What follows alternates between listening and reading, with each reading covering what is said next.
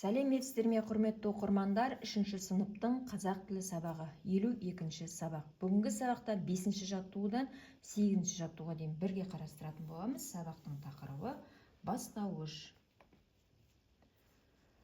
Мәтінді оқы. 5-ші жаттығу мәтінді оқы. Киіз үй тарихымыздағы ең алғашқы сәулетті құрылыс. Көшіп қонуға ыңғайлы, киіз үйдің жалпы салмағы жиһаздарымен қосқанда 300-400 келіге жуық. Кереге, уық, шаңырақ, сықырлауық киіз үйдің негізгі бөлшектері. Кереге киіз үйдің негізгі қаңқасы болып есептеледі. Ол талдан, қайыңнан жасалады. Ата-бабамыз неліктен киіз үйді пайдаланған? Ата-бабамыз көшіп қонуға ыңғайлы болғандықтан киіз үйді пайдаланған екен. Ал киіз үйдің негізгі бөлшектері нелер жатады? Бөлшектеріне нелер жатады? Киіз үйдің негізгі бөлшектеріне кереге, уық, шаңырақ, сықырлауық жатады. Кереге талдан, қайыңнан жасалады екен. Кереге неден жасалады деген сұраққа міне жауап бердік. Кереге талдан, қайыңнан жасалады.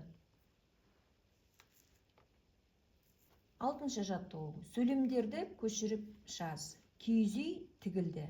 Атам төрге жайғасты. Балалар далада ойнады. Қарамен жазылған сөздердің астын сыз, оларға сұрақ қой. Бұл сөздері қимыл иесі болып тұрғанын байқа. Яғни бұл жерде киіз үй тігілді. Не тігілді? Киіз үй тігілді. Атам төрге жайғасты. Кім жайғасты? Атам жайғасты. Балалар далада ойнады. Кімдер далада ойнады? Балалар далада ойнады. Ендеше бұл жерде айтылып тұрған қимыл кімге қатысты екендігін айтып жатыр екен. Яғни қимыл іс-әрекеттің иесін білдіретін сөзді бастауыш дейді. Бастауыш кім, кімдер, не, нелер, кімі, кімің, несі, нең деген сұрақтарға жауап береді екен. Ауылдан әкесі келді деген сияқты. Кім келді? Әкесі келді. Несі келді? Әкесі келді деп жаңа сұрақ қоюымызға болады. Яғни біздер бүгінгі сабақта бастауыштың ережесімен танысып отырмыз. Қимыл іс-әрекеттің иесін білдіретін сөзді бастауыш дейді екен. Бастауыш кім, кімдер, не, нелер, кімі, кімің, несі, нең деген сұрақтарға жауап бере алады екен. Келесі суретке қараймыз. Сурет бойынша әңгіме құрап жаз, жазған сөйлемдерінің бастауышты тап дейді. Бұл жерде біз құрылыс алаңын көріп тұрмыз. Құрылыс алаңында құрылысшылардың бір-бірімен ақылдасып жұмыс жасап жатқандығын көріп тұрмыз. Ендеше шағын әңгіме құрастырайық. Құрылыс алаңында жұмыс қарқынды жүріп жатыр. Құрылысшылар мектеп салып жатыр.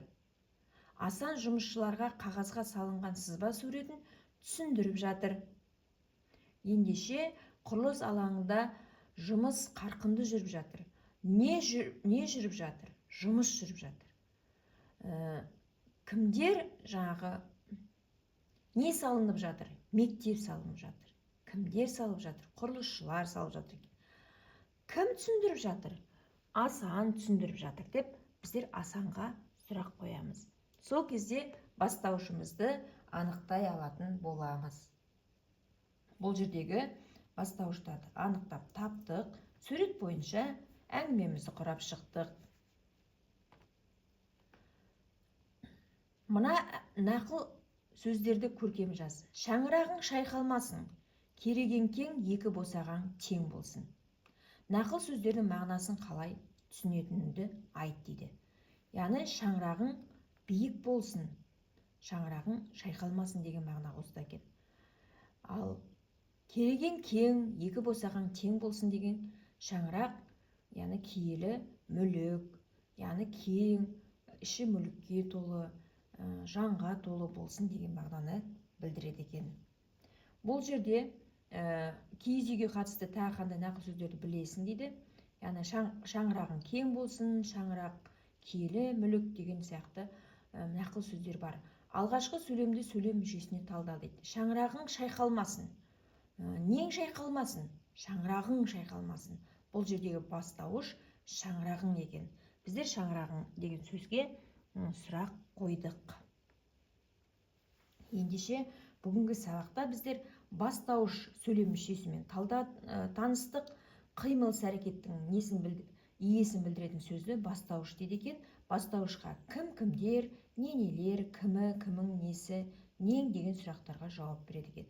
Бұл жерде шаңырағың шайқалмасын дегенде нең шайқалмасын, бастауыш шаңырағың болып тұр екен.